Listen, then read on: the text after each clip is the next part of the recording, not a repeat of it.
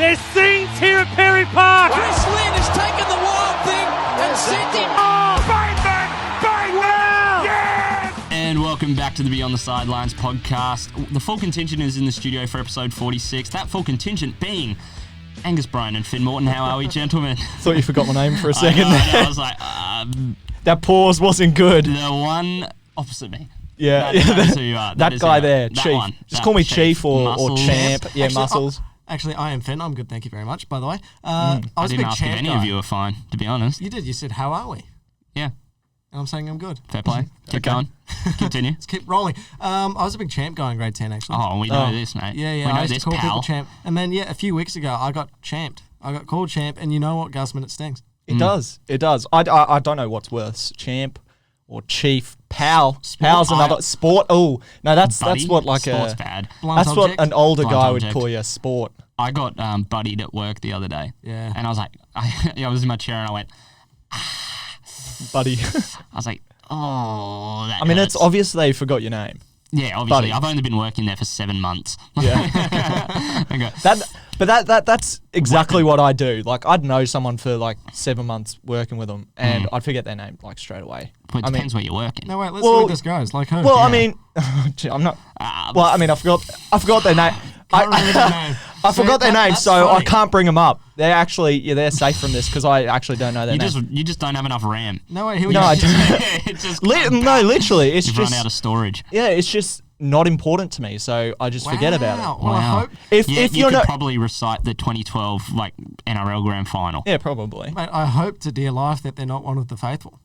Watching this podcast on this Would be Friday awkward. evening. So if you've ever worked with Gus, could Watch be out. you. Could be you. Follow up. If I you've think- ever I been think- chiefed by Gus, Yeah, or I think- champed, or Weapon. weaponed, Yeah. or buddied, or pal. Yeah. Anyway, boys, we could chat about this all day, or let's chat about. We could chat we? about demeaning nicknames for Yes, people. we could.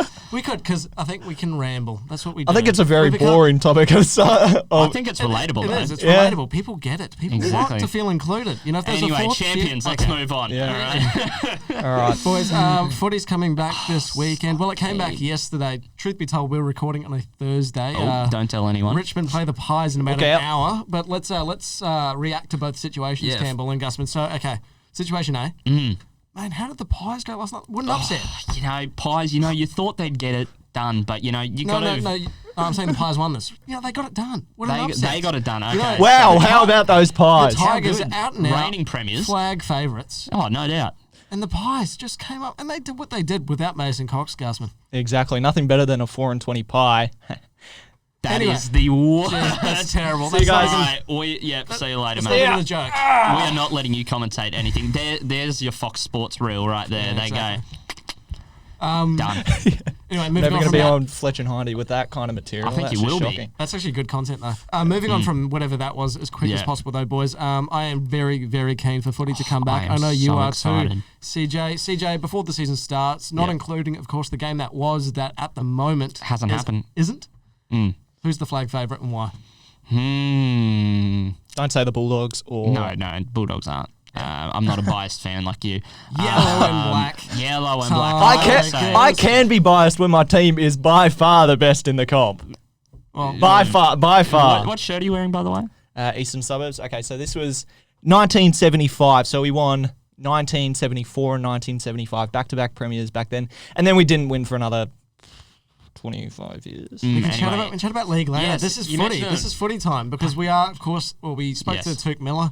We'll bridge into that in a second. We but will. at the moment, CJ, Yes. Tigerland. Yes, the boys from Punt Road. Anyone stopping the men from Punt Road? I don't think so. I mean, they're clear favourites. I mean, you look at the Geelongs. Yep. Could be a shout. You look at, you mentioned Collingwood before, they're a shout as well. Outside of that, I don't think GWS are going to be very good this season. they'll They lost Johnny Patton. So I don't know. It's not a very tight. There's probably 3 teams that could do it. Look, the weird thing about this season, sorry, Gusman, the weird thing about this season, of course, it being slightly shorter, is the fact that teams, even like the Doggies, now don't cry, but they are traditionally a team who gains momentum and peaks at the right time of the season and tends to sneak in with a 7th seed spot. Yes. Normally. Yeah, we're usually not that dominant. No, not during the season. Not when teams, they're not a team who's going to contest for a minor premiership or a top 4 spot. Normally. No, Normally, no, CJ, no, it's we're not, we're okay. not. This could be different. It could be different, Gusman.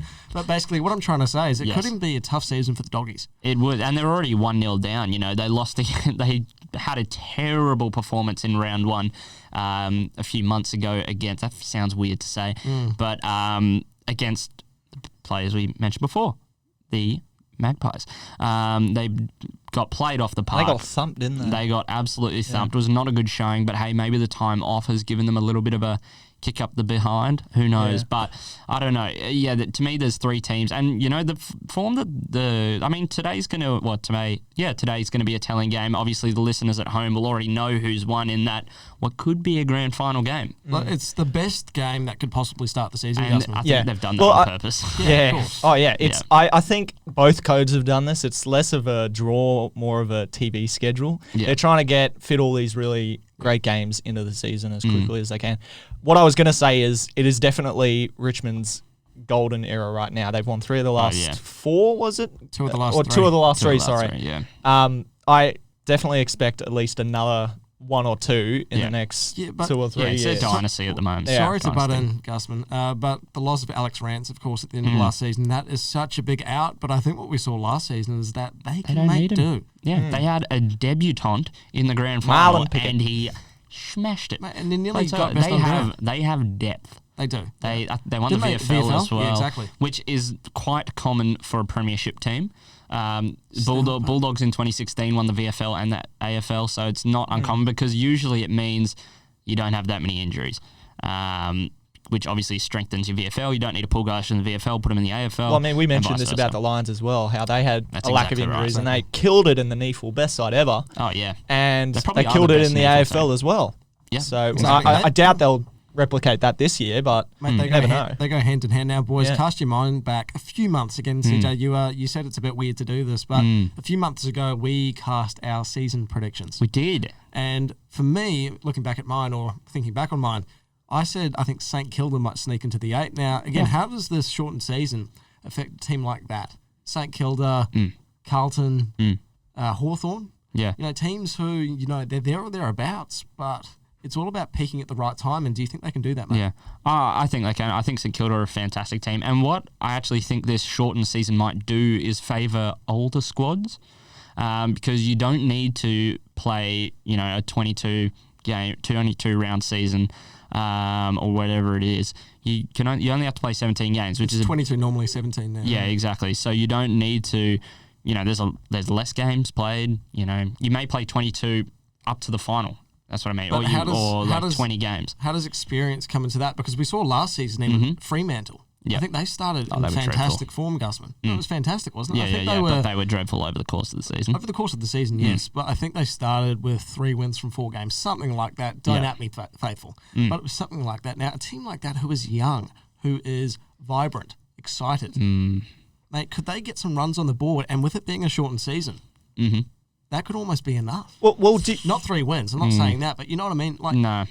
you Well, I only- think Fremantle's and I don't think they're. 17 games, Yeah. you probably only have to win 8 or 9. Well, Yeah. Do you think that this shortened season gives a leg up to maybe the weaker sides that are probably on the fringe of playing finals?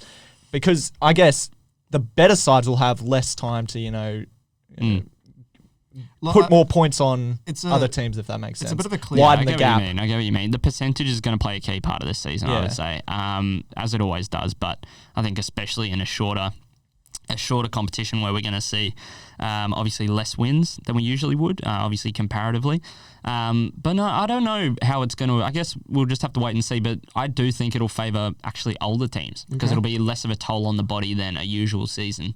And potentially less injuries for those older players. Do you agree or disagree?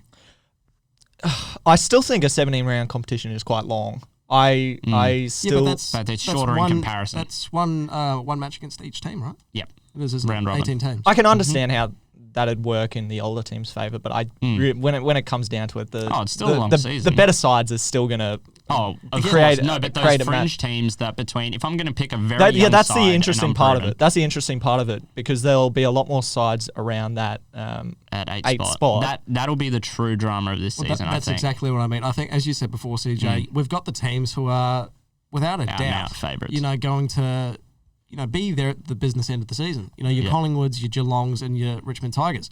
But it's all about, your Saints, your Hawthorns. Yeah, your Saints Doggies. and Hawthorns are the ones. Those teams who really do contest for that 8th seed, and that's just, it's going to be so much drama. It's going to be great to see, but basically it's an old cliche in English football, but every game is a 6-pointer. Yeah. Or an 8-pointer in the case of the AFL. Where every game matters. You drop one game, and boys, that could dictate your season. But I personally can't wait. Again, at the time of recording, Round 2 starts tonight. Probably in an hour or so, I'd say. In about an hour. CJ, way to give it away. I know. Sorry, mate. But one team that I think will improve this year, the Gold Coast Suns. Why? Because I've got Touk Miller and we interviewed him this week. That is fair. I genuinely do think they will improve. They can't be going on forever. They also had the number 1 and 2 pick this year who seemed like great prospects. And, we may have talked to Touk about that in the interview.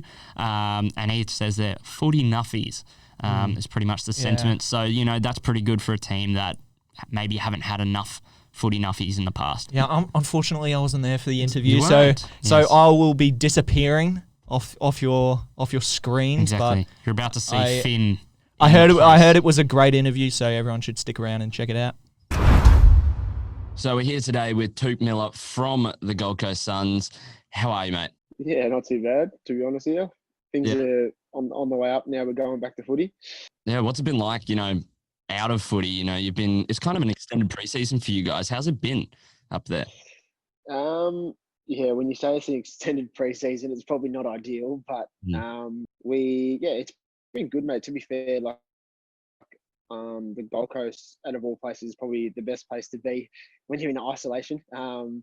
The off-season part, we had a training program for the almost 2-month period. And in between that, I played golf and surfed pretty much every day. So it wasn't so bad from my end, but I think, the training block that we had to do was pretty much like an off-season program that we'd normally get given. So, boys came back fit, which is really good. So, yeah, that's good to hear. I was writing an article the other day and I read that part of your coaching staff has now put a large emphasis on fitness and, being the fittest team out there. How are you guys going about that in Corona, and how is the kind of team directing you to do that? Everyone's trying to be AFL ready, and I know that that's what we're trying to do as best we can. But, I think the off-season program that we're given gave us the best opportunity to roll out straight into training. The training that we did, consisted of a lot of running that you could do within 2 people. And then likewise with our gym, where pretty much everyone had home gym setups as well. So they gave us all the gym equipment from the club, which was really good. And then, the program that they built and designed was purely so when we got back to training full groups that we could go straight into footy stuff. And now we're into it. We played a practice match on Friday night, which was really cool. So that was good to actually get a nice little hit out and blow a few cobwebs out. But that's kind of the direction we've been taking, is just really footy approach. Yeah, for sure. And, what you mentioned before, you mentioned the 8, making the 8. What are the Gold Coast Suns? What are your guys' goals for this season? If you were to say, obviously maybe not the most success in the past, how are you guys moving forward, and what's your aim for this season? Everyone's aim is obviously the ultimate goal, but I think in realistic terms, we need to probably strive for, at least in that top 8. I think that we've got massive upside in the team that we're building, and we've been working under Stewie for a couple of years now, and we're working with the game plan. So there's probably enough blokes inside the 4 walls that have an understanding of the direction we want to take the club and the culture that we want to drive. And I think that he's doing a great job of that. And now we've got some young players and a lot of players that have committed to the club. We can kind of look more to what we're going to do as a full team together, rather than trying to hang on to people and where people are going to go and not who's going to be there and who's not going to be there. So I think for us, going into this year, take out our round 1 performance against Port, but I think that we've really set ourselves up well in day out. So we're super keen to have a crack, and hopefully the finals is definitely the key on. Yeah, and you mentioned before kind of player attention of who's going to be here. You guys have kind of focused at the front office of kind of put an emphasis on player attention and, bringing in some experienced names. How important do you think that's been to, having the consistency across the squad and across the board? Yeah, it's huge, mate. I mean, we had 20 blokes last year You think about the blokes that they've got, 10 plus players who've probably played 150 games together, and you can't really buy that experience. So it's just a matter of us, making sure that we can retain players, and blokes want to be up here. You don't want to have blokes that, are kind of here for a little bit, not really putting everything into it, and then they think they're going to go home. So you want blokes that want to be here and, want to play for the club and earn their stripes and, have respect for the community and what we're trying to achieve. So, it is huge. And like I said before, it's not something that happens tomorrow. You have to just stick together and execute as a team as long as you can. And mate, what about some of the younger guys who have come in, such as, Matt Rowell and Noah Anderson? How have they settled in this year, and how can they guide the Gold Coast Suns to future successes? They're unreal. You probably couldn't have asked for better pickups, to be honest with you, between those two boys, especially. Like, they honestly, mate, they're absolute footy heads. It's so funny, especially Matty Rowell. He's Boffin. Yeah, he's one of a kind, mate. He's he loves it. I think he still sleeps with his footies, if I'm not mistaken. But She got a Sharon in bed with him. I wouldn't be surprised. That's why I'm not elite, because I think I stopped doing that when I was 8. So Yeah, that's the reason. Not my height. Not the height. Sam Flanders too. He's been pretty good. Mate, so he had a bit of a rocky preseason, which was unfortunate, but he played on Friday night and finally got up and running. And yeah, honestly, really promising.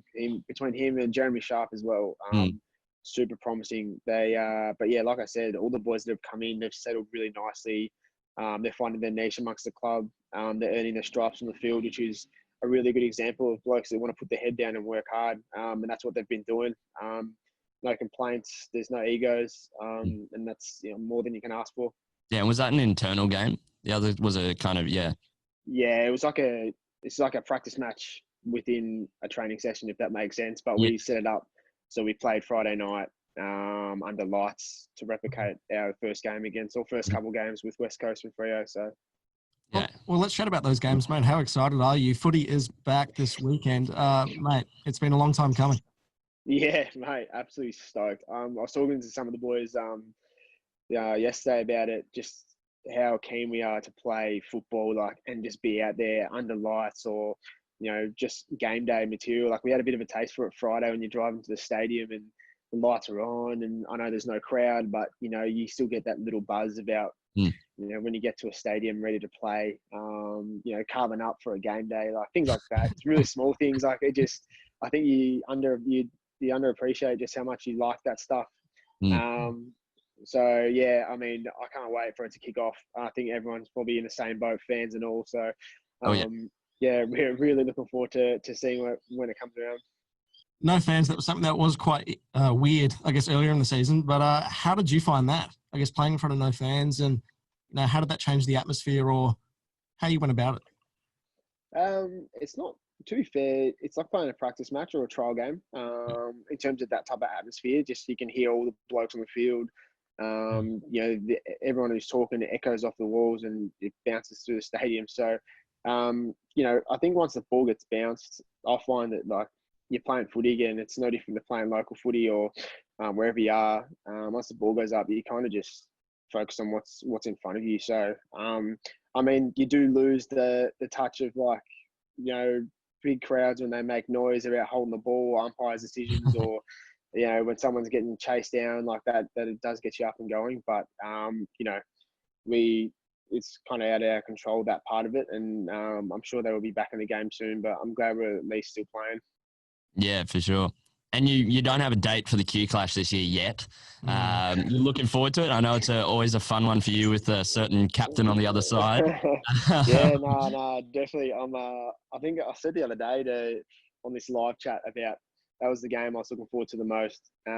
Brisbane did really well last year, and to their credit, they kind of got over the hump, which is good for them. But the Q Clashes, I love them. Definitely, just something I look forward to on the calendar every year.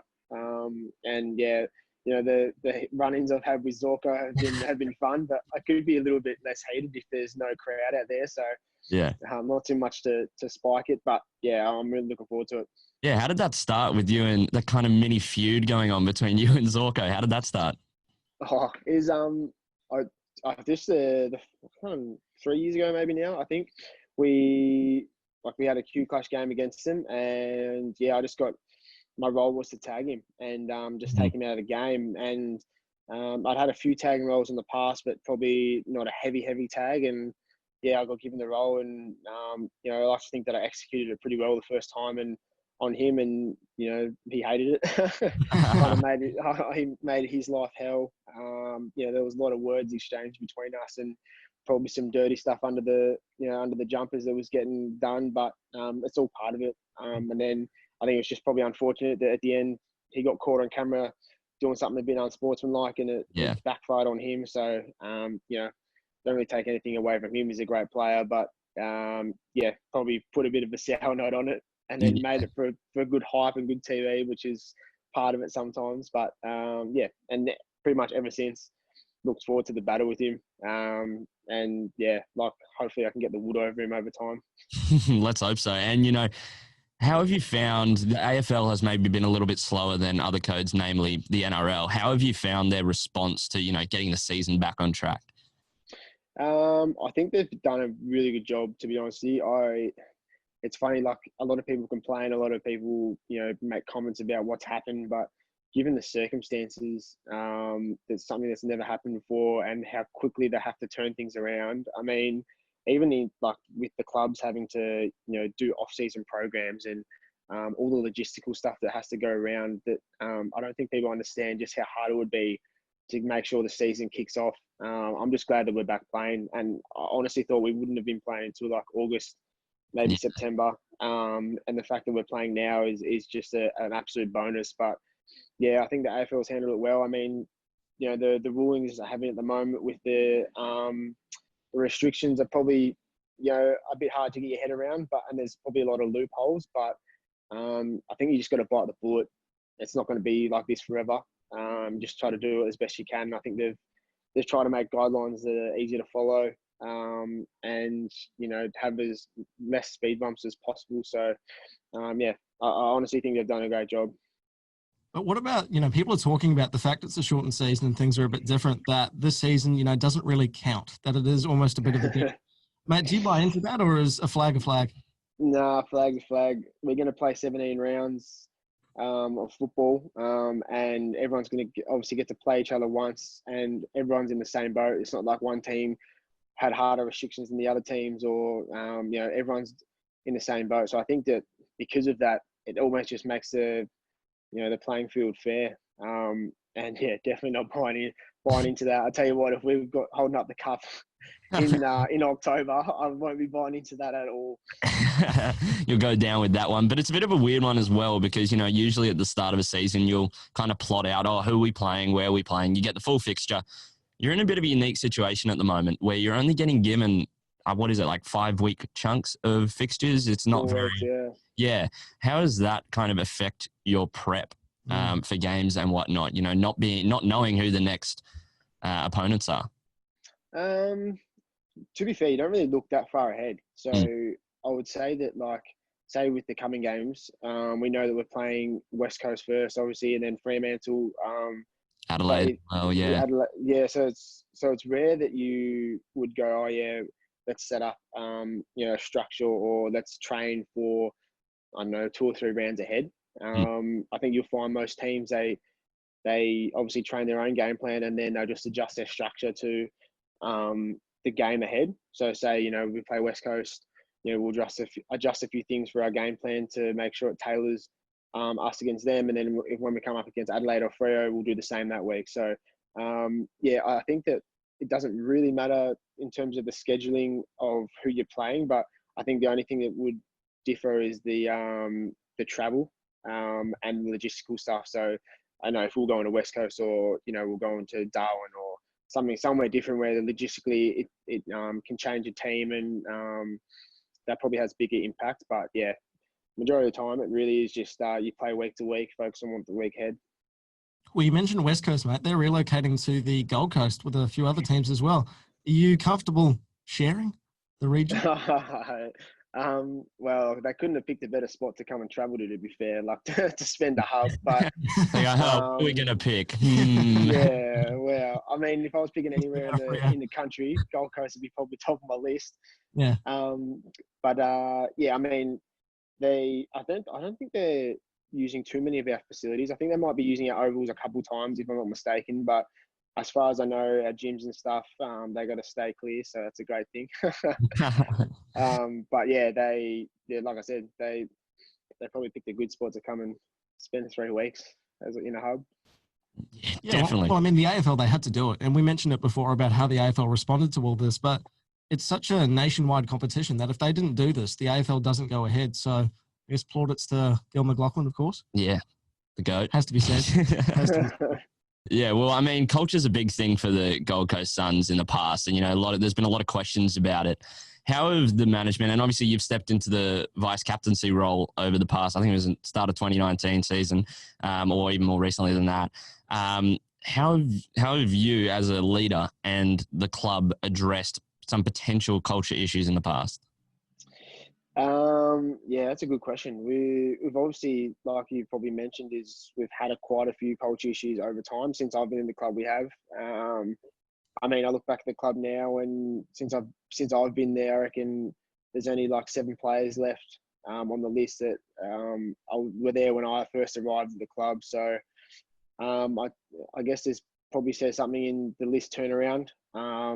Some blokes left on their own accord, some blokes got filtered out, and I think all of the above probably needed to happen. You could borderline call it a rebuild to some degree of how we've gone about it. But I've been in the leadership team. I think this is my 4th year. I think 4th or 5th year, and yeah, I mean the amount of leadership meetings and culture meetings that I've sat through to find what we think works for the team and what's going to work for the whole entire club has been huge. And I think even now we're still working on it. And I think you'll find every team is the same. But in terms of building a culture that when people come to the club, especially younger blokes, that understand what's required of them when they put the jersey on and when they step foot in the club, what's required of them around the club. So we've been working hard with Cliff Mallett, who works with us as a leadership group, our psychologist, head coach, John Haynes, high performance, to make sure that we can combine everything together as best we can to make sure that everyone is following protocol in the club and enjoying themselves and like what they're doing up on the Gold Coast. So it's probably going to be a never-ending process, but at the moment, I think we're doing a good job of trying to build it. Well, is it because the Gold Coast is ultimately, I guess, a holiday destination that when you have these younger players coming up, that it's harder to kind of keep them focused on footy? Do you think that's the issue, or what's the leading contributor here? Potentially earlier on, but that's probably hard for me to speak because I wasn't there the whole time. But I think our attitude's definitely changed.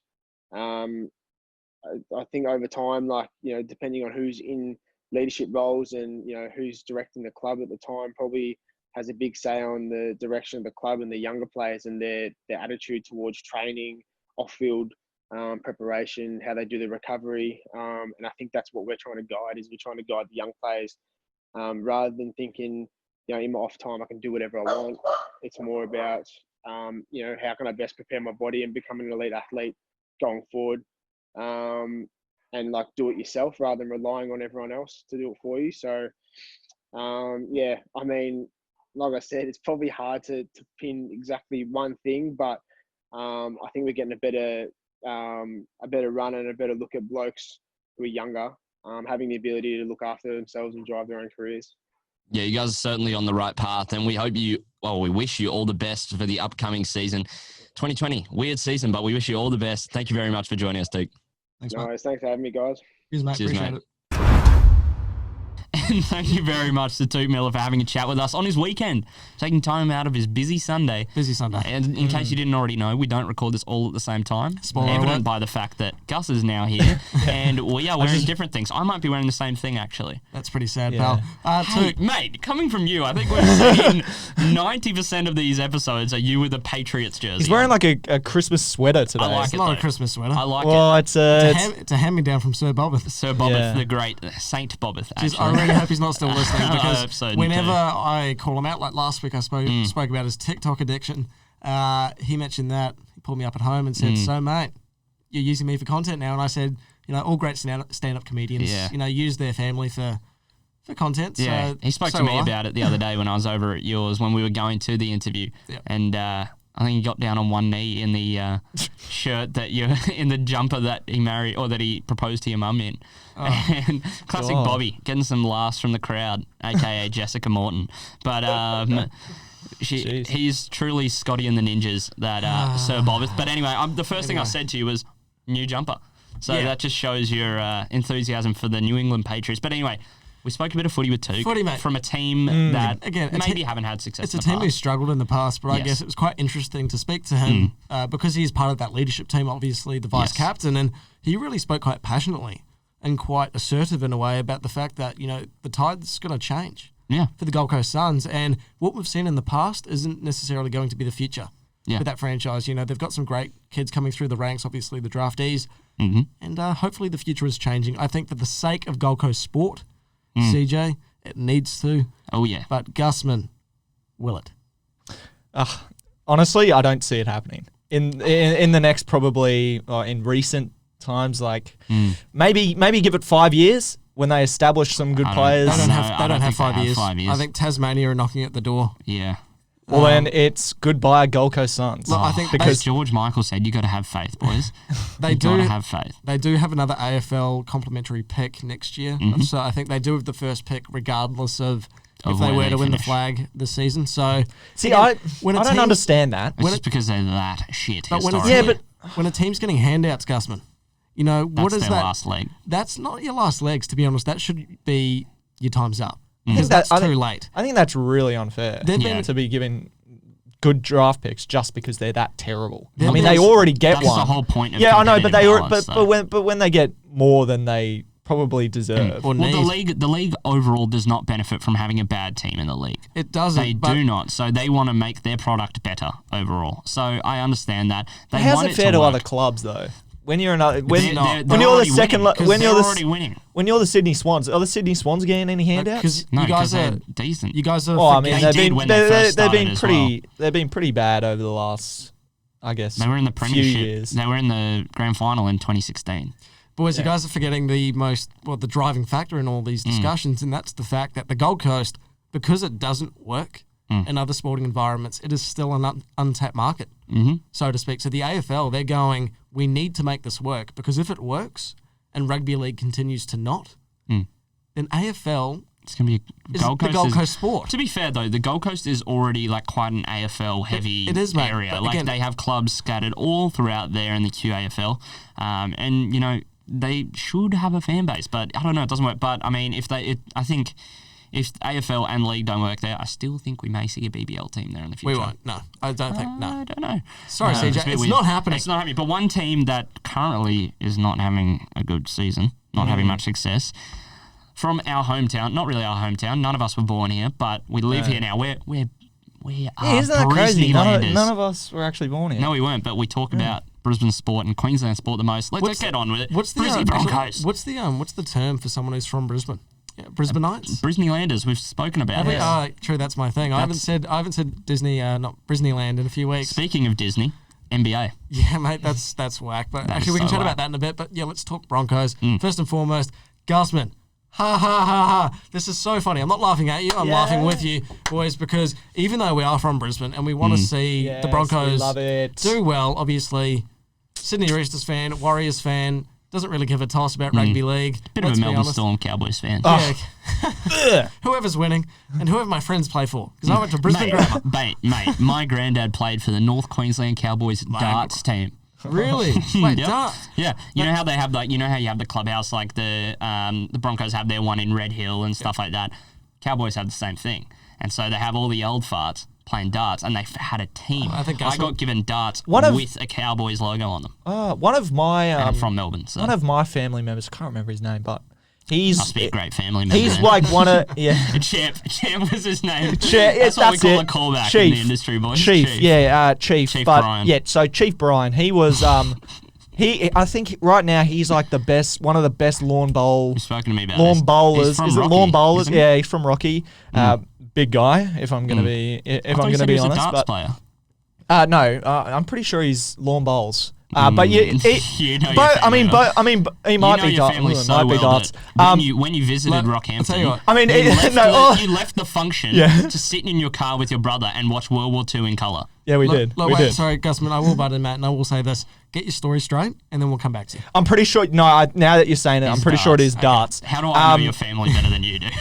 Yeah. His name's Steve, No, by I the did. way. I did tell. His name's Steve Gilbert. And I did. No. I did tell you. Gil- I did tell you Bizarre. before. But yeah, you don't need a great figure to be a good darts. Actually, sorry, I darts will player, butt to be in. fair. So he sinks the bevies on a regular, big lad, but he's a good thrower of the darts. Well, Put you have some to- darts away in the smoker Yeah. section too, I'd assume. You have to be a professional darts Exactly. player, Gusman. Actually, I would One just of the criteria. exactly. I will just. I wouldn't kind think so. I wouldn't think it'd be that important over drinking and eating. Yeah. The size some of these dart players get, honestly. Exactly. Anyway, something CJ did just say before we come back to the Broncos, because I promise you, Faithful, we are going to speak about the Broncos in a hot second. But You've all mate, been asking for it. no, because you mentioned Gilbert, and Yes. I do just want to give a quick shout out to Tom Gilbert, of course, friend of the podcast. I think episode 24, way back when a bloke both Campbell and I played with in under 10s. Yeah, and we've In union our and league. careers have just gone. Hey, I'm quite comfortable not being tackled by Jason Tamalolo every Tuesday training session. Yeah. So I'm Yeah. quite content with my I can live decisions. with that. But basically, great to see Tom obviously make his debut. 100%. Way back when he spoke to Campbell and I, another interview. Actually, that Gusman wasn't Yeah. at, but Oh, well, you're not What? there for the Gilbert That was one. in Rockhampton. he was in Yeah, Rockhampton. yeah. The H Yeah. is silent. No, yeah, exactly. No, but it was really good because his parents were also allowed to Yes, go watch the and game. his girlfriend. and his brother. Yeah. Yeah. Will. Yeah. No, Yeah. so again, great to see because again, way back when he spoke to CJ and I about the fact that that's where he wanted to get to. He wanted to realise that dream of playing in the NRL, Gusman, but that he wasn't necessarily trying to rush it. No. And he was trying to just do his work, do what he needed to do, but earn that honour when It'll it came. come, and it'll come when it'll come. It's come. I wouldn't say sooner than he expected because I think so. the expectation was that he would play, or the belief was that he would actually debut this season. But the fact that he's got the nod again this weekend to play my boys, the Warriors, down in Gosford on the Central Coast, good on him. I definitely see the Cowboys going to Tom Gilbert in the future and having him possibly replace Gavin Cooper. No, Matt Scott. Yeah, I was thinking Matt Scott. He, Yeah. he's As a prop, Yeah. you think Yeah. Gilbert is a prop? Okay. I mean, he's got the size. He's definitely he's played prop before. I think He in has, a Super Cup. He spoke to us about Matt Scott in the interview. Actually, he spoke Yeah. about how he learns from them every day. I every training session. really think they might mold him into that sort of position, give him that leadership role as well. One club man. He's a very well spoken. He is. Yeah. Like, he was one of the best interviews I think we've done in terms Yeah. of Yeah. he was so willing to speak his mind. Yeah. And just be a good bloke to us because again, he is a bloke that we've known in the past, Long but history he was with him. still again very very friendly and great to talk to. So again, congratulations, Tom. Of course, there's another Cowboys debutant this weekend. Gusman, take it away. Yeah, Hamiso Fidau Tabau. Is that Tibawai for Tibawai Fidau? Tibawai. Is he starting this weekend? Yeah, I I didn't see this. I saw Fox Hamiso. Sports. He's Yeah, such a gun. I saw Fox Sports. Scored I think- 10 tries. Well, in they year say he's 11. quicker than the Fox. Yes, I remember Fox Sports saying, the new Fox when he debuted at the NRL 9s. I remember watching it. The first time I watched him was he came to BBC to play against us. I think he was in year He was in 10. year 11. Or was Year it 11? Yeah. And he just, he was Bruh. insane. He carved up. I remember. I was like, oh my God, what am I watching? Yeah. It was, I remember watching Kalen Ponga the couple years earlier and I was Yeah. like, this is like the closest I've seen to. He is a Kalen. freak. And he doesn't look fast. I was speaking to Finn about this a few weeks ago because Double Take Sports posted a video of his 10 tries in his year 11 That season. was incredible. Where he makes players look like kids. And someone actually commented on it, what grade is this?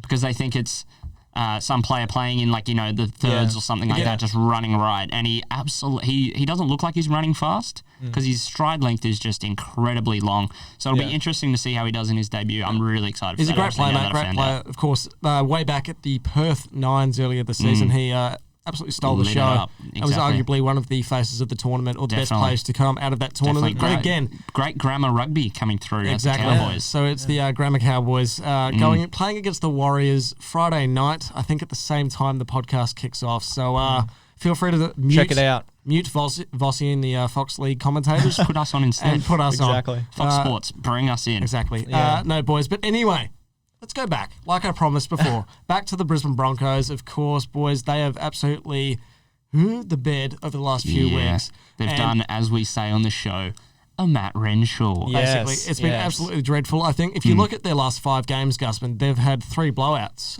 Namely, you go back to that final down in Bankwest Stadium against the Eels. Then, of course, round 2. Against the Eels. They broke. round 3 against the Eels again. And last weekend against your boys, the Chooks. Well, Mate, they look like schoolboys playing against men. Well, yeah, 59-0. That says it all. That's I mean, not good enough. yeah, they've conceded now. What is it over 96 or something? 95 we points to discussed 6 this, last week. in the last 2 games. I mean, they got towed up by the Eels last week. And then, you thought the Broncos might have been turning a corner.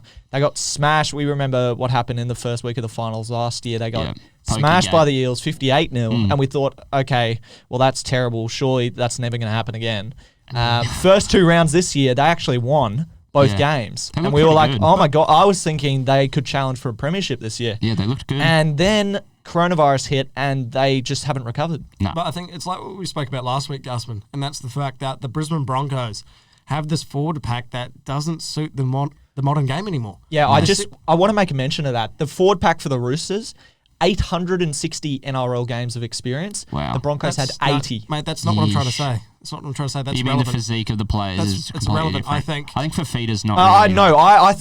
I think that is really important for a forward pack. You need to have a balance of experienced players and good rookies, or you're not going to succeed as a forward pack. You can't expect to put all these young guys in and have them square up against Jared Rear-Hargraves. He's been playing the game for 10 years. Yeah, but mate, they played a majority of those 860 games were playing the old game of rugby league. Yeah. The last 2 rounds, and now, round 3 coming up this week, round 5, that's round 3 since the rule change, is a very different landscape of what rugby league is. Yeah. This rule change, players like I said last week, Matt Lodge, he's arguably significantly less essential than what he was 3 months Start of ago. the season. Oh, but yeah. mate, you can't buy experience right now. Yeah, the but if the you're Broncos good had enough, you're old enough. It's a different rule. And they're not mate. good enough. It's a different rule, mate. Yeah, but it's not experience. the Broncos didn't have anyone on that side who was willing to stand up and say, "Okay, guys, we're in a shit situation There's here." a leadership There's a problem. I don't cultural think problem. that, and I don't think that is the forwards' fault. And I don't think it's changed in the last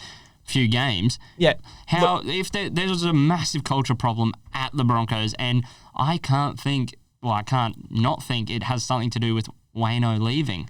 We've seen it change, and you have young players going to some tavern in New South Wales the night before a final game, playing bloody Dragon Link, which I'll admit, very easy to do, till it is 3 very a.m. in the easy. morning.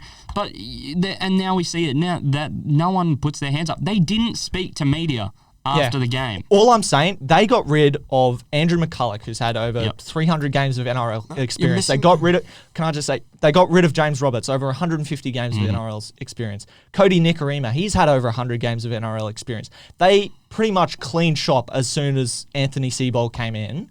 And now they're realizing, oh my God, we don't have the depth of players that we need to succeed. We don't have the balance of experienced players who can help develop these younger guys and create a team, because you need that balance. McCulloch he got cut. he wasn't in the first team plans anymore, mate. But again, what I'm trying to say is, while experience is important, it's the versatility of these players that doesn't match where the game's headed. And they have some big outs, let's be honest. Joe, what's his name? Offenhengawi. That's the one. David That's a big one. Fafita was Fafita. out. Tony Staggs. To be fair, they are 2 players who could fit the modern game of this. Oh, yeah, needing exactly. versatility, because the Broncos, they got bullied through the middle last week. Let's not Let's not beat around the bush. Let's not beat around the bush. They got bullied up the middle, and that's where they ultimately lost. And that's because their forwards can't match the modern game. When these players come back, these Fafitas, sweet. They might be more adaptable. Not 59 points difference. Experience is important, but it's fitness and it's skill that the Broncos are lacking. Experience is a factor, yes, but it's not a leading factor to why the Brisbane Broncos lost 59-0 last weekend. I think it definitely played a part at the in terms of the scoreline.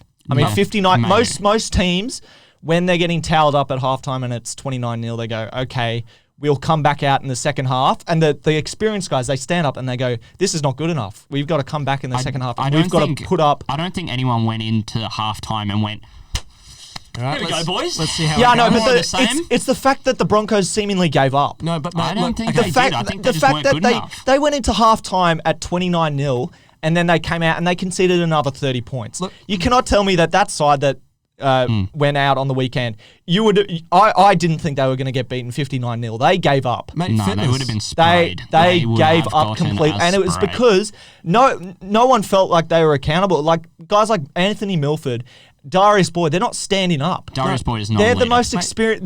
They're the most experienced guys on that But side. being experienced doesn't necessarily translate to leadership. It's fitness, mate. I think it's important though. I definitely think Well, you experience. see, Darius Boyd is probably the most, if not the most experienced player on that entire team, and he is the worst leader on that team. Yeah, I mean, As someone who should be. Darius Boyd is just having a shocker. Yeah, so But how's the experience? He's shithouse. He should not be in that team. I he's- think they need to experiment a little bit. They've got good players, young players. I mean, someone who sticks out of my mind, and it might just be because he's a GPS boy, but Ethan Bullimore, he made his debut at the start of this season. He's similar to Gilbert in a lot of ways, a bit more athletic, I'd say. He was a nudgy not boy. great on the weekend. Wasn't? On Thursday, last Thursday. The Brisbane Broncos, He was pretty poor. they shouldn't be blooding more young players. I think They shouldn't. Gusman's right in that sense that they need to. They should be Something hitting. needs to change. Something needs to change, but they need to be hitting the transfer market. Well, End of they've the brought season. Ben Teo in, who's Yeah, Exactly. just come back from rugby union. Prodigal son. Yeah, look, I guess that's silly in itself. But I think last weekend the Broncos looked tired. And yes, after the game, no players fronted the media. That's Culture terrible. problem. It's terrible. Okay, I 100% get that. No one wants to be accountable. Fans deserve better than I've that. been I've been very much against Anthony Milford as a starting or a leader within an NRL franchise. I think he's a playmaker, yes. A fullback for a mid-table team, yes. Not a halfback or a 5'8" for a team who wants to contest for a premiership. He is not that. Brody Croft could be, but he's not that yet. They need a experienced half, yes, but they need to get their skills up to standard, mate, because they looked buggered last week. And maybe the Roosters, maybe they were just thriving off adrenaline. Let's not forget, I think the Roosters were absolutely outstanding. Again, they were, but that's a lot easier when the other team aren't playing. Yeah, for example, the Morris boys, mate, they are just having unbelievable. A sensational season. You make a good point on Anthony Milford. I think as soon as the Broncos get rid of Anthony Milford, They're not going to. Absolutely not. They just the re-signed him. franchise, mate. He's the They re-signed him franchise. as well. I think They have. So he hasn't showed up since 2015. No. The guy's just like He is the franchise, though. Everyone loves him. The fans love him for the most part. But yeah, okay, I'll throw this to you guys who are probably maybe more experienced in the NRL sphere. Who realistically would you bring in one player? Who would you bring in to turn the tides at the Broncos? Blake Green. I've thrown this to you without you knowing anything, but Blake Green. And why is that? experience. He's played at a handful of clubs. I want to say it's about 5, Gusman, maybe. Notably, he played at the Storm under Craig Bellamy. Mm-hmm. This is a bloke who knows how to lead a team, and for the most part, he's what stabilises the Warriors. Mm-hmm. If Seabolt and co could, poach him from Wrangle the a Warriors, deal, yeah. then sweet, that's a great pickup. Otherwise, I'd go someone like Aiden Caesar, who's Mm-hmm. obviously gone over to the Super League. Blake Austin as well, another very good player who's gone overseas. They need to tap into that. What the Raiders, Gusman, actually, what they've done very, very well is they've looked at the Super League, and half of their team, I swear, are English. Yeah. And they're absolutely leading that team. To be honest, they should contest for a premiership very closely. Oh, I think yeah. it's Well, they were between- favourites They're in this the year final, too. yeah. It's them and the Eels, I think. They're the front runners at the moment. Obviously, Gusman, the Chooks will Chooks be are in there. thereabouts at the end of the season. But at the moment, it's the Raiders or the Eels to lose. Well, the Raiders did lose to the Knights Was on it- the weekend, was but George Williams, isn't it? That's Yeah, their half. George Williams. He was fantastic against the Storm 2 weeks ago. Yeah, Fantastic. if I was going to... So I can choose any half. Any player. It doesn't have to be Any a half, player- can be a forward. Well, I mean, if I was... I'll go Look at their half. issues. Who would you Well, they've got get? issues in the halves, and they've had Okay. it for ages. Okay, one I player. would bring in DCE. Yeah, but that's not going to happen. No, like No, I know, but if No, that's why if I I said was... realistically. If there was a team, I think a player, there's definitely... There's I no mean, chance. the guy's a Queenslander. no chance. no, but I think there's is definitely... his team If he's they've currently stumped up playing the for? right Zero amount of chance. money, Zero chance. I reckon either him or Cameron Munster. Mate, okay, let's take a step back for a second. They had They're two not getting players. Munster. They're franchise players for their They're respective franchise teams. players. Two players who, for starters, the Storm and Seagulls, respectively, wouldn't let those players go at all. DCE, he's on mega money at the. I actually think he's Seagulls, taking... remember. I think he was taking a pay cut to stay at Manly. Team-friendly deal. So But he's not I gonna was going move. off the fact that if I could choose anyone... look, No, okay, so Realistically, yeah, it's probably going to be like an Aiden Caesar or someone like that. But Maybe even Lachlan Lewis from the Bulldogs, if Yeah, you I want to don't bring think that's another gonna young happen guy in. But honestly, if they could get... Honestly, the best thing for the Broncos is to get a Munster or a DCE. That's the only But way I see them changing their fortunes. So I will say the issue with that, and it's kind of the Milford issue. Let's call it that. Yep. That's what they kind of did, mate. They kind of went, Milford, young, good player, exciting, we want him, let's get him, we've got him. Mm-hmm. And then they put all their eggs in one basket, and now that he's starting to falter, so is the rest of the team. Mm-hmm. Cameron Munster and DCE, while great players, Origin and Australia quality players, Yep. cannot carry a franchise or a team to a premiership. Yeah, A team that has so much expectation. I Gusman. definitely This isn't- think- this isn't the Warriors. This isn't the Bulldogs. This is the Brisbane Broncos, Biggest the team in Queensland. The team for the most part that has the biggest fan base in rugby league. I 'Cause- think that's a little silly to say that DCE or Cameron Munster can't help them by themselves. I definitely think they would add No, 'cause- if they sort out the halves for Brisbane, they've got the best forward pack in the game. Well, you have they cannot shown that? argue. You cannot argue a better forward pack in the NRL right now than the Broncos. If they brought in a Munster or a DCE who can unleash those forwards, those fringe forwards, and even. I mean, they'd have to bring a couple of backs in, but if they could unleash guys like Katoni Staggs, Yeah. that is a premiership side. If you bring a guy like Aiden Caesar in, I don't see him changing much. He might. It's probably more likely, but I don't see him changing much in comparison to a guy like DCE. Aiden or Caesar Munster. is arguably a bit too similar to Brody Croft, but something I Yeah. want to say to you, CJ, something that I just thought of Yeah. is what's Gusman forgetting here? It's really funny. What is it? Look at his shirt and then think. Lack of cocks in the building. The salary cap. If Yeah, they bring nice. in DCE or Cameron Munster, there is no way in hell that they're hanging on to Joe Offer, Yeah, Payne yeah, Haas, yeah. Exactly, you know, 'cause David Fafita. They There's have to absolutely trade away zero Milford. chance. Mate, they're going to have to let go of some of these players. because they've screwed up their roster because They they've put have. too much money into their forwards. They have. But to hang on to these players, they can't go after a DCE or a Cameron Munster. That's not possible. They could barely go after an Aiden Caesar. That's what I mean. Hmm. So that's why get rid of Milford, and then they're going to have Then to... you free it up, and then you could probably go for a guy like DCE. No Still chance. I more mean, cash. Milford's on $1 million. Yeah, no, Yes. you get rid of him and you get you trade him away, get some other. But You probably get rid one of- player is not gonna you Like, need it's- You probably get rid of a few. couple of forwards maybe as well. some older. Maybe Flegler might catch a little bit of money somewhere else. Maybe you get rid of either Tavita or Payne Haas. I mean, I don't think they'll get rid of they're not Payne going Haas. to. No, Tavita he's might. the best player. They're I'd not say. going to, I think, because like you said, that is, in theory, the best forward pack in rugby league. Yeah. But, so why let them go? Why not go, they're young. We've got them on 3-year contracts or whatever they're on. Let's develop them. Let's see how far they can go, and then we can And then release them. reassess at that 3-year You know, mark. so to be honest, I think DCE, Cameron Munster, incredibly unrealistic to the point where it's not even a thought, if I'm being honest.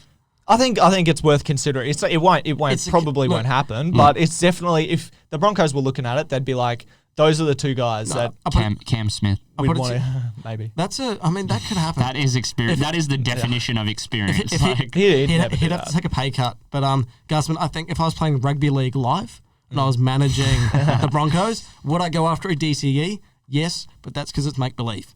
There is no way in hell the Sea Eagles are letting them go. Anyway, boys, I do want to touch on the Warriors as well, if you don't mind, please. Quickly. I'll give you 2 minutes.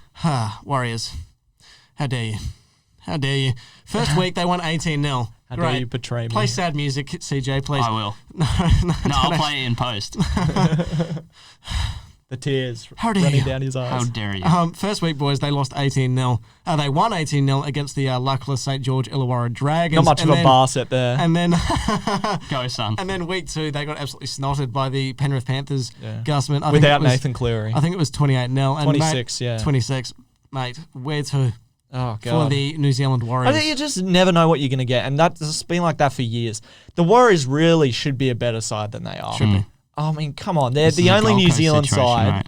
They're the only New Zealand side. They really should be better than what they are. They haven't done anything. They haven't won a premiership. They are in yet, the and they've best been in the breeding comp ground. for 25 years. They are in the best breeding ground for rugby. As Exactly. Eddie Jones said, I know it's rugby union, but as Eddie Jones said, they've got the 3 best academies: Tonga, Fiji, and Samoa. I think. Actually, sorry, I got a button there. I was at a function at IBM in the city in 2016, Reeling and he back said the the years. exact same thing. Yeah. So it's He's nothing a cheeky new. bastard, It's isn't he? nothing new. Yeah, but this is. I'm basically best mates with them after our World Cup back and forth. God. I mean, this you are is- detestable, mate. This is classic Warriors, and I like the Warriors, but I mean they perform like they did against the Dragons, and everyone goes, okay, this might be a new Warriors, and then pardon my French, but they serve up this shit the next week, and it's like, as a fan, you must just be pulling your hair out because There's not much left to you can see. You can see. You can see there's talent there, and you can see that they can work towards something. And I mean, they completed 45 out of 47 sets the other day, and then against the Panthers, they can't even put a point up. It's absolutely atrocious. I think it's not anything new to say that there's a culture problem at the Warriors and in all of Auckland sport. You could say the inclusion of Dan Carter to the Blues and Super that's Rugby exciting. Aotearoa could hopefully fix that for the Blues. Big But old Bowden, too. there's still a big issue, correct? There's still a big issue when it comes to the New Zealand Warriors, and that's why I think, who's our coach again? What's his name? Stephen Kearney, isn't it? Yeah. He was a water boy for the bloody Brisbane Broncos 6 years ago. Chief Hydration Officer, I'm serious. thank you very much. That's ridiculous. Just because he's That's a what Kiwi. he puts on his LinkedIn. No, just Chief Hydration Officer for the Brisbane Broncos. Just because he's a Kiwi doesn't... Actually, he was a water boy for the Broncos, and I shit you not, CJ, at the same time he was coaching the Kiwis. That's cool. You know, it's utterly ridiculous that this New Zealand Warriors team is obsessed, Gusman, obsessed with hanging on to New Zealand talent when history has shown that's not going to win us the premiership. Get rid of Kearney.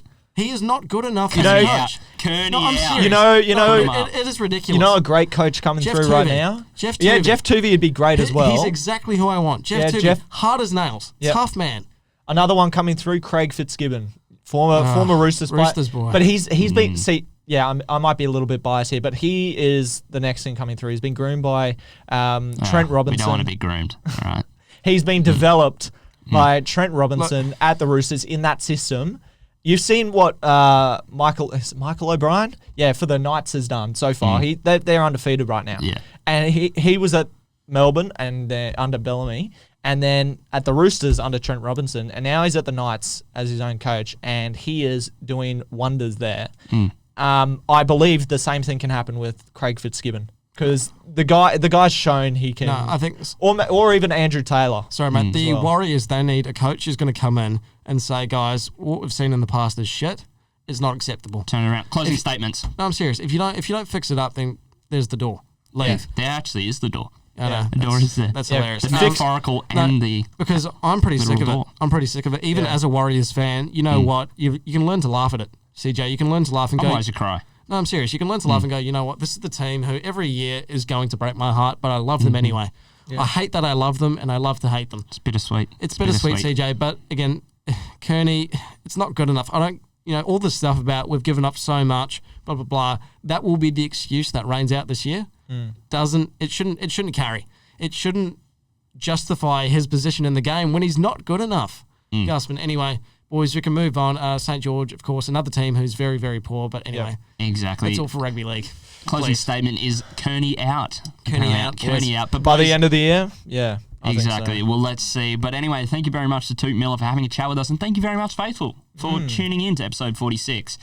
We're that close. We're that close. I see disgust on your face for some reason. Want to talk rugby? You want to talk rugby, mate? We're already half an hour in. I know. Just give me another 3 minutes, boys. Let's just chat about this because Vodafone Super Rugby AU has been confirmed. Schedule is out. Don't actually do it. But boys, Foxtel, Rugby Australia, finally, boys. Finally, guys, you rallied. And Gusman, they got that broadcast deal that I've been longing for. That rugby, that Australia Campbell has been longing for. And they and Fox Sports bought it for a packet of chips and a pie and Look, I think $2 on the front. $2. I think you can understand why though that it's such a short term deal because Rugby Australia don't know what the future is for sport in this country. Let's be honest. Beyond this year, even. I mean, also you don't know what rugby if the Aotearoa if the rugby exactly AU, what I mean. You don't know how long they're going to last, and you don't know if we're going to go back to the norm, or if this is the new norm. I know what you mean, but if we can see a countrywide shoot shield, please. That's not going to happen. But basically, and then Fox Sports, they're not going to want to commit. Obviously, to something that they can't see, they don't know what's going to happen. Well, but boys, you don't put all your cards on the table when you don't know what's there. But boys, this is very exciting. Of course, it kicks off July 3rd with the Reds of all teams hosting the Waratahs. A bit of Origin-esque rivalry. See, that's what people want to see. It is, mate. Yeah. You can build that up, and Get tribal with it, boys. you know, when they start taking on New Zealand sides as well, keep it to Australia, New Zealand. I really think they can do something there. I don't think they can, to be honest. I think we'll see what happens. Nobody's mate. going to care because at the end of the day, you know, the schedule came out yesterday on Wednesday, I think it was, and we haven't seen anything about this is state against state. No, this is rugby now. No. You know. We don't need anyone else. We're not seeing any iconic monologues on a field before the game's played. You know, They need a Phil Gould. Origin, history, brothers, Where boys become neighbours. men. Men become legends. Where neighbours become best friends. Maybe not. Cattle dog. State against state, mate against mate. Yeah. Teammate against teammate. No, but boys, it's utterly ridiculous. Again, I've used that phrase so many times this episode already, but the fact that they aren't, you know, at the forefront of advertising this. You know, we need to see the state hatred. We need a bit of moolah pumped into it. Like we do. But anyway, it's good to see that off the ground. Of course, Super Rugby Aotearoa also kicking off this weekend, which I'm personally very keen for. But CJ, it's been done. Oh, he's ahead of schedule, boys. I know. Oh, look at that. Schedule. I deliver. He delivers. Call you the postman, mate. Always deliver. But yes, as I was saying before, thank you very much to the faithful for tuning in. Episode 46, we're coming up on that yearly mark, so more exciting stuff, more exciting interviews coming forward. Let us know what you want to hear from us, and you know where you can let us know that. Gus, where can they let us know that? Instagram at _beyond the sidelines _Facebook, and just give me a ring, you know, anytime. If you want to just his check number out. It's is getting quite lonely. His number Yeah. is People calling. 04. Pavel Florin gave him a call at 2 a.m. Brian, where are you? Right. Yeah. No, I was but like, yeah. Pavel, mate, it's 3 a.m. What are you doing? Angus from suburb I'm not going to name. This is Angus from that suburb that starts with a B. Brisbane. No, but thank you very much, Faithful, and we'll see you next week. Enjoy footy.